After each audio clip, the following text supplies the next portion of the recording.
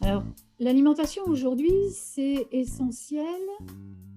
Comment dire? Il y a un long cheminement pour que cette question, se politise. Alors, qu'est-ce que ça veut dire se politise? L'alimentation a toujours été, de toute façon, prise dans les arènes publiques, de discussion, en particulier dans les instances internationales qui discutent de sécurité alimentaire, mondiale. Et ça fait partie aussi, des accords commerciaux, à l'échelle internationale. Donc, quel que soit ce qu'on en pense, c'est une façon de poser, aussi l'alimentation comme objet politique. Ce qui est différent aujourd'hui, c'est que l'alimentation est petit à petit réappropriée par, une partie des citoyens, une partie des habitants, ce qui n'était pas le cas jusqu'à maintenant. C'est-à-dire que c'était quelque chose qui se discutait dans des instances politiques précises et qui n'étaient pas sur lesquelles les citoyens n'ont pas leur mot à dire. D'ailleurs, c'est de là que vient le concept de démocratie alimentaire. Il vient de cette idée, qui est, le système alimentaire, il se décide, il se construit, à l'échelle mondiale, à des échelles internationales. Les États ont beaucoup de mal à avoir la main dessus. Donc, qu'est-ce qu'on peut faire, quoi? Qu'est-ce qu'on peut faire, chacun d'entre nous, sur cette question-là? Et bah, la réponse, c'est bah, démocratie alimentaire, avec cette définition toute simple, reprendre la main sur les systèmes alimentaires. Donc, ça, c'est comme ça que ce mouvement de politisation de l'alimentation par la société civile, dans les pays du Nord en particulier, a été retissé dans une certaine mesure. Ça date à peu près de la fin des années 90. À un moment donné où il y a une prise de conscience quand même assez forte, qui est celle qu'il faut absolument changer de modèle de production agricole et du coup de l'ensemble des activités qui sont nécessaires pour manger, à savoir la transformation, la distribution et la consommation.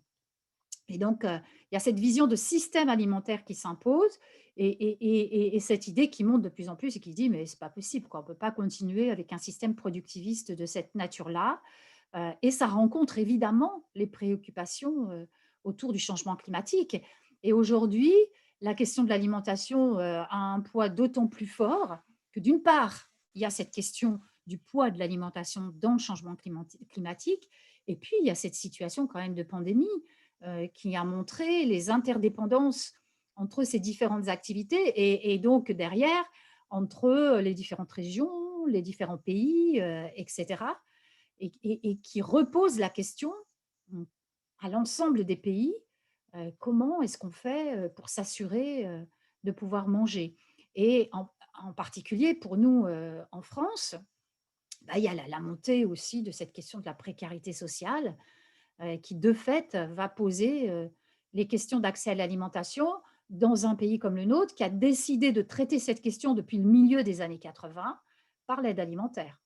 Voilà. Et ça fait toujours quand même un peu bizarre d'imaginer que dans un pays comme la France, finalement, un pays qui se dit démocratique, un pays des droits de l'homme, on accepte que 8 à 10 millions de personnes aujourd'hui, et en particulier, je pense à la situation des étudiants et des étudiantes, on trouve normal que leur façon d'accéder à l'alimentation passe par l'aide alimentaire, en sachant que cette aide alimentaire, elle est complètement construite comme une filière qui est adossée à ce système productiviste. C'est-à-dire que cette filière, elle est nécessaire à ce système productiviste, puisque finalement, dans cette aide alimentaire, ce qu'on va redistribuer, c'est le surplus de cette production, que ce soit la production agricole, mais que ce soit surtout la surproduction des activités de transformation et ensuite de distribution.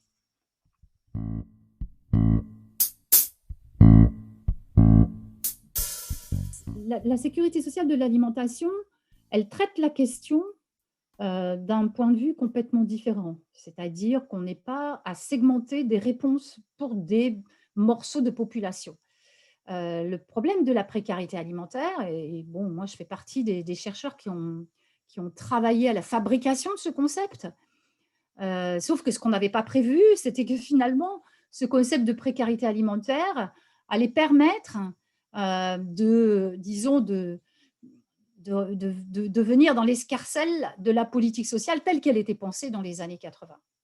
Donc, on va s'adresser à une partie de la population qu'on va qualifier de précaire et à qui on va administrer un traitement particulier en termes de réponse sociale et qui va être l'aide alimentaire. Donc ça c'est encore une fois une question de choix politique et c'est une question de démocratie. Et donc, si on pose la question de la sécurité sociale de l'alimentation, la question de la précarité alimentaire ne se pose pas. Et ne se pose pas, d'une part. Et la deuxième chose, surtout, c'est que la question derrière, ce n'est pas de décider que c'est telle population ou telle population. On réfléchit la sécurité sociale de l'alimentation, d'une part, autour de l'affirmation d'un droit à l'alimentation durable. Bon, et ça, je pourrais y revenir un petit peu après. La deuxième chose qui est extrêmement importante, c'est plutôt comment on réfléchit ensemble à des échelles de territoire de vie la question du conventionnement des différents acteurs qui constituent le système alimentaire. Donc, comment on réfléchit au type de production agricole ou plutôt de type d'agriculture, comment on réfléchit à ce qu'on veut faire de ces produits, comment on réfléchit la question des interdépendances entre régions, entre pays, comment on réfléchit aussi la prise en compte des besoins en termes d'alimentation qui sont différenciés selon les âges, les groupes sociaux auxquels on appartient, etc., etc. Voilà, donc il y a une façon de poser la question dans cette idée de sécurité sociale de l'alimentation qui nous sort complètement du champ de chercher des réponses qui seraient appropriées pour des gens qu'on qualifierait de précaires et qui auraient le droit à une aide alimentaire. Alors ça ne veut pas dire qu'il ne va pas falloir réfléchir à la question de la transition, hein, on est bien d'accord, on ne passe pas d'une situation de politique sociale qui gère des segments de population depuis le milieu des années 80 à un accès universel tel qu'on le propose autour de cette sécurité sociale de l'alimentation. Et ça, d'autant plus que ce qui me paraît extrêmement important, et c'est la réflexion qu'on a eue dans cette proposition de droit, c'est de se dire que l'alimentation, ce n'est pas quelque chose qui est uniforme et on ne peut pas, comme par exemple l'eau, hein, on pourrait imaginer qu'il y a un droit à l'eau qui fait que les 5 premiers mètres cubes sont gratuits pour tout le monde. Avec l'alimentation, on ne peut pas réfléchir comme ça euh, pour les raisons que je viens d'évoquer. C'est-à-dire qu'on n'a pas tous les mêmes besoins et on n'a pas tous les mêmes cultures alimentaires. Et donc ça, c'est assez fondamental à respecter et ça a à voir avec la dignité d'être humain. Donc, ça veut dire qu'on ne peut pas avoir une seule et unique réponse.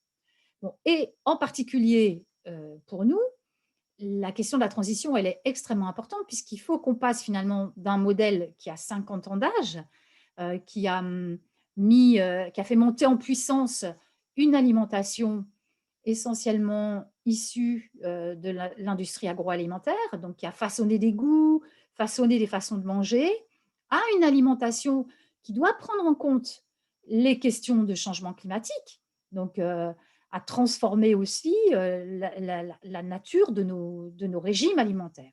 Voilà. Donc cette transition, il va falloir la réfléchir aussi.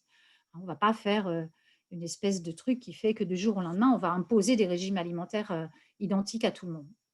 Donc, c'est pour ça que cette question de sécurité sociale de l'alimentation, elle a besoin d'être finalement d'être prise en compte et mise en œuvre finalement pratiquement dès maintenant, quoi, hein. Si on veut répondre à ce qui nous est imposé par le changement climatique d'ici 2030, par exemple, et 2050 encore plus, c'est maintenant qu'il faut qu'on transforme la façon de réfléchir le poids de l'alimentation dans nos vies. Donc, c'est pour ça que la sécurité sociale, ce n'est pas une question de précarité alimentaire. Je pense qu'il faut vraiment y faire attention. Mais par contre, ce qui est extrêmement important, c'est que cette sécurité sociale, derrière, elle promeut un accès universel.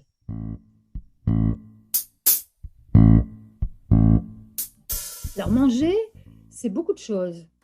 C'est bien évidemment répondre à la fonction biologique, et c'est souvent celle-là hein, qui est mise en avant quand on discute avec les gens qui sont très investie sur ces questions d'alimentation. On va nous parler de l'alimentation dans sa fonction biologique et les effets sur la santé, par exemple, et la santé biologique, hein. Donc là-dessus, on a des politiques publiques qui sont extrêmement importantes. Mais l'alimentation, c'est aussi du lien social. Et ça, c'est ce qui va être, par exemple, beaucoup mis en avant dans le discours sur la précarité alimentaire aujourd'hui, porté par les politiques sociales en France.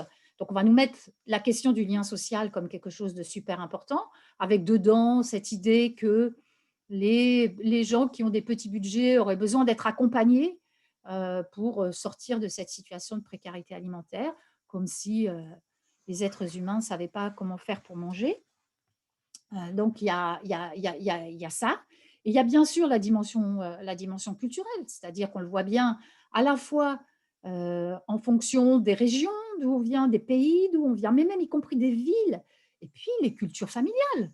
Je veux dire, dans chacun d'entre nous, dans nos familles, on a des façons de faire la bûche de Noël ou de ne pas la faire, bon, etc., etc. Et donc tout ça, ça fait partie de ce qui constitue l'alimentation. Et l'alimentation, c'est aussi faire politique ensemble. Parce que finalement, c'est un acte de la vie quotidienne, concrète, qui se niche dans nos besoins de tous les jours.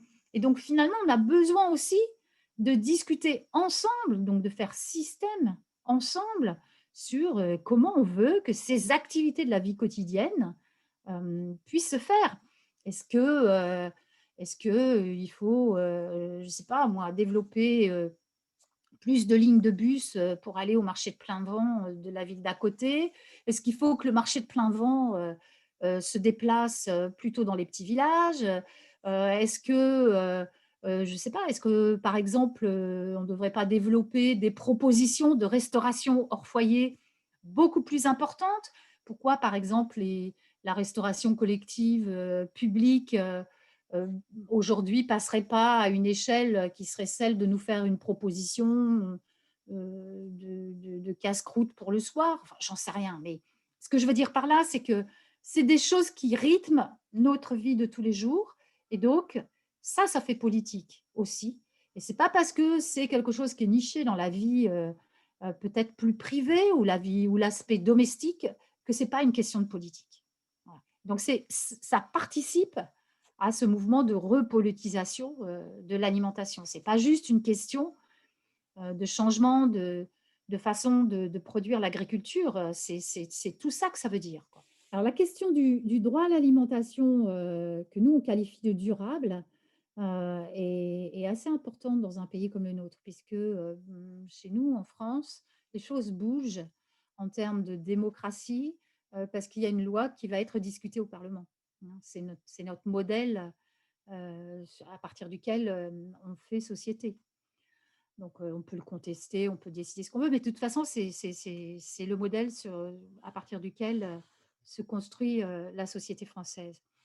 Donc, pourquoi on insiste sur cette question de droit à l'alimentation? Parce que le droit à l'alimentation, il existe à l'échelle internationale, hein. Il existe, donc il existe depuis les années 2000 du côté des droits humains, des droits de l'homme. Et aujourd'hui, ce droit à l'alimentation, il est repris hein, par un certain nombre d'acteurs qui sont essentiellement des acteurs qui remettent en question la forme de distribution autour de l'aide alimentaire. Donc, ils vont mettre en avant beaucoup les questions de dignité, et ce qui est quand même un peu basique, hein, c'est-à-dire poser les questions de la façon dont les gens se retrouvent dans les files d'attente de l'aide alimentaire et puis pose aussi la question de tous ces bénévoles qui sont engagés dans ces distributions. Et donc, nous, on fait une proposition un peu différente, c'est-à-dire et c'est pour ça d'ailleurs qu'on qualifie le droit à l'alimentation de durable. D'abord, on le resitue dans cette dynamique de système alimentaire. Donc, on ne le considère pas seulement du point de vue des biens alimentaires. Et du coup, on remet en question avec force le statut des biens alimentaires. Et en particulier, on dit que ben, tant que ça reste des marchandises comme les autres, traitées comme des marchandises comme les autres, euh, assujetties aux accords internationaux et en particulier aux accords de l'OMC, ben, on a du mal à changer quelque chose. Donc on peut revendiquer ce qu'on veut en termes de dignité, etc. Mais si on ne touche pas à ce statut, on ne pourra pas faire avancer les choses. Donc c'est une des raisons pour lesquelles on le fait. Et la deuxième raison, c'est que dans la plupart des pays du Nord, dans la Constitution, dans les constitutions, sont souvent inscrits la question du droit à la santé. C'est le cas pour nous en France. Et donc, pour l'État français et pour les différents gouvernements français qui se sont succédés, le droit à la santé est supérieur à la question de l'alimentation.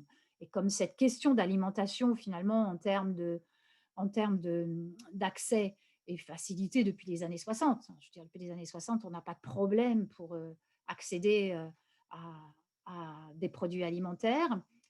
Ça a toujours été compris comme étant quelque chose qui dépendait de ce droit à la santé.